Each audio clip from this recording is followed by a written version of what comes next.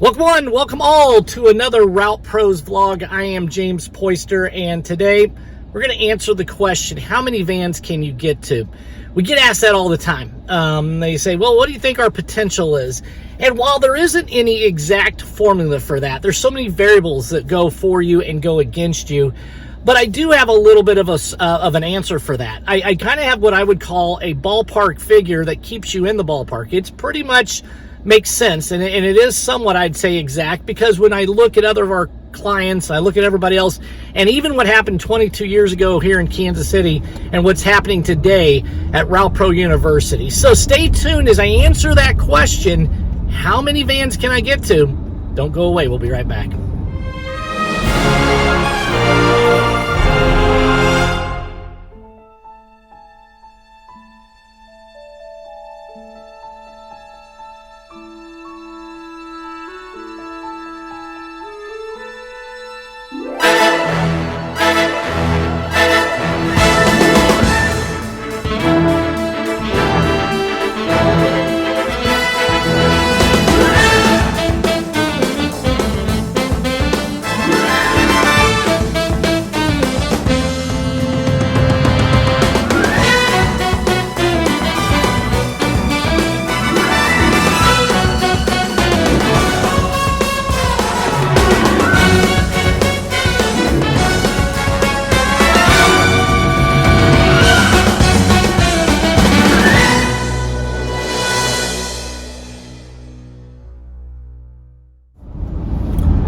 I hope you're going to enjoy this vlog. It's going to be educational. And what we're going to do here is I'm going to stop by 5 locations on my route. We're running our route today, and I want you to see these 5 unique situations that are all along the route that we currently service and how you can apply them to your own situation and maybe help you calculate how many vans, how many routes you can get to.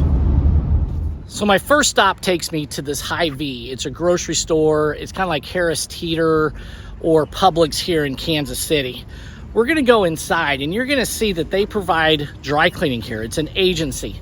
You know, a while back they were doing okay, but when COVID hit, it didn't quite work. So we're gonna sneak inside and I'm gonna narrate a little bit of what you're gonna see there at this HyVee.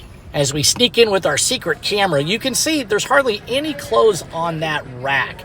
They have a Z-rack kind of behind there, but there's not much. But you can see this is a pretty big grocery store.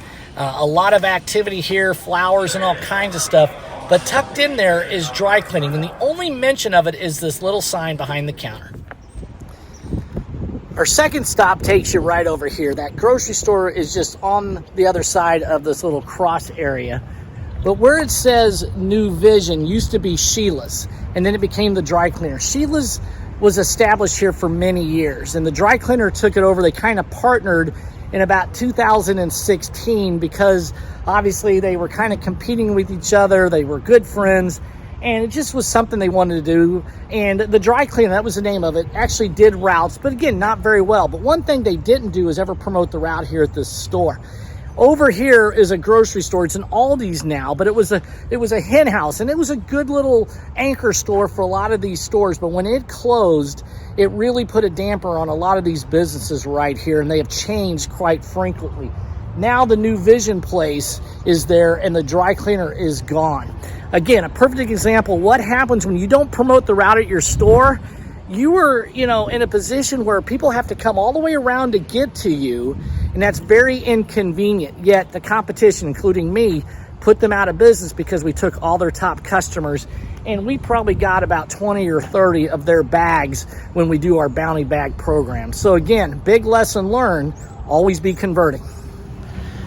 We are at my third stop of competitors around us, and if you look, this street is kind of a long street.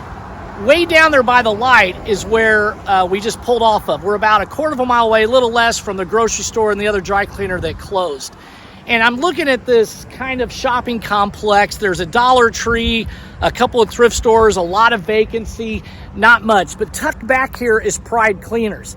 And they have a beautiful drive-through. They've got a 24/7 drop box. They're providing convenience every which way they can. But if I go in there, their racks are actually got some clothes on it. Why? Because they're really the only cleaner now left around the 3 of them that's close, and we still have 2 more to visit. So again, not a really busy street. There's no marking to know down there there's a dry cleaner. Even when you get close, there's no signs. And so it's kind of tucked away right here. So again, when I started Dry Clean U, I started with one route for training. And we picked this street on purpose because of all the dry cleaners that were around here. It gave me an idea that there's a lot of dry cleaning business.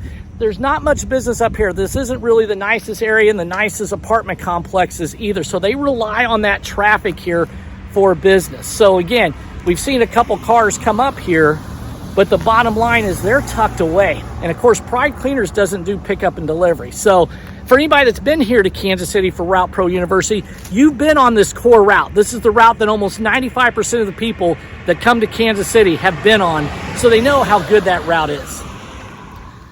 I'm delivering a mega order to one of our best customers. She was one of our first customers in this neighborhood. In fact, she was the very first Pride bag that I ever got, and it still sits in our office today. So again, if Pride had free pickup and delivery, this customer would still be going there. Now, this might be the most eye-opening of all of them that you're going to see me visit today. I'm in front of Martinings. It's called the Tuileries. It's this really high-end area. There's a lot of activity, a lot of outdoor shopping. I mean, during the day and the evening, this place is packed. You can see some of the surrounding stores, and this is all high-end stuff. There's a high-end apartment complex on the other side. The main highway is right there, and we're really only less than a quarter of a mile from those other locations as well. Their plant was right down here. It was a beautiful location. You could get on both sides of it, but he didn't do routes. He felt like he didn't need to. I actually talked to him, and he said, no, I'm fine. We got plenty of business, enough to handle, blah, blah, blah. Well, obviously now they're not only out of business, it's a gym. The sign still remains, but it's called like the Little Gym now. So again, the fact of the matter is, we service people. In fact, I'm about 2 minutes away from my next round of stops, and it's a bunch of them. And again, these are big core customers. And if he would have promoted the route and protected himself, he still might be in business. But unfortunately, now Martinizing, all that remains here is this sign. A quick lesson learned. Martinizing just right over here on the other side of these buildings, but they had this nice high-end luxury apartment complex. But the bottom line is they did it at a discount because of the volume. I think they did shirts like at $1.99 or something, and I don't know what they did dry cleaning. But this place contacted me after Martinizing closed saying, well, are you ready to service us? And I said, sure, but they wanted me to honor that $1.99 price. We're at $3.85 right now. No, we can't do it at that price. So now I don't know where these customers are going. I obviously have to have permission to get in this building because it's kind of a double secure building, because again, it's a really nice luxury complex, but obviously we're not going to do it at those pricings. Lesson learned, when you discount your volume, you're discounting your profit, and you're really not giving yourself any room to make money. And as it turned out, they're out of business. So I'm right here left on this busy highway. We're about 2 miles away from those other 4 locations. But as we go further on the highway, there's 2 great neighborhoods that we still service. Now, if you look at that, there's not much activity here in this parking lot, and there's Top Cleaners, and he is hanging on. But probably why he's hanging on, at least he has a van that says home pickup and delivery Top Cleaners with his phone number. Yeah, it's a magnet. He had a peel. He's got a couple of rails in there. But at least he's doing that because he knows he needs to provide a service. Now, I have talked to him. As you can tell, he's really not doing super great. But again, his location is perfect. Everybody that lives down this way has to go this way pretty much to go to work. But at least he has a van. Now, it's 10:20 on a Friday morning, and it's sitting here. I drove by it yesterday, and it still was here as well. So again, at least he's hanging on. And providing at least an option of home free pickup and delivery. So again, that's store number 5 that we have plucked a lot of customers from. At least he responded by doing the right thing. So what's that magic number? How many vans can you get to? Well, I've used this formula a lot, and I actually confirm it with a lot of our customers because we look at their routes when they really start to grow and mature. There does come a time where they mature, but you still can grow internally. But how many vans can I get to? Well, look at it this way. If you just look at the scenario I had, where I had 5 locations, 2 of them are gone, what I do is kind of do what I call a 3-to-1 ratio. For every 3 stores, that's a route.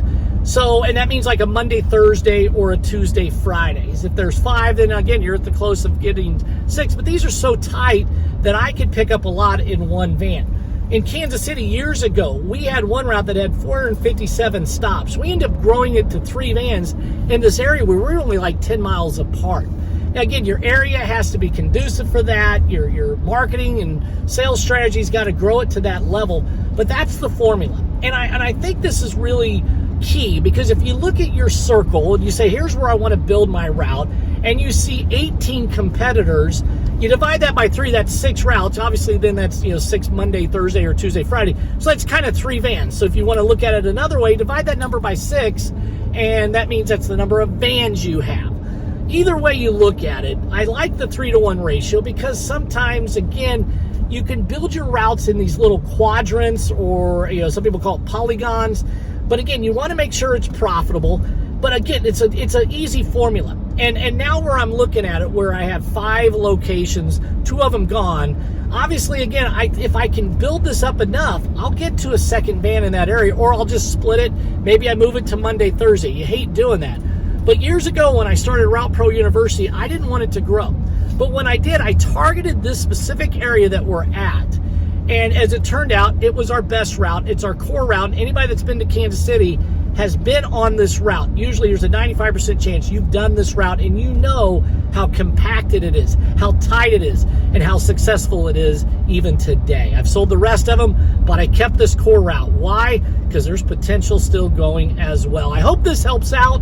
Go with that 3-to-1 ratio for number of routes, maybe 6-to-1 ratio for number of vans. Good luck and happy selling.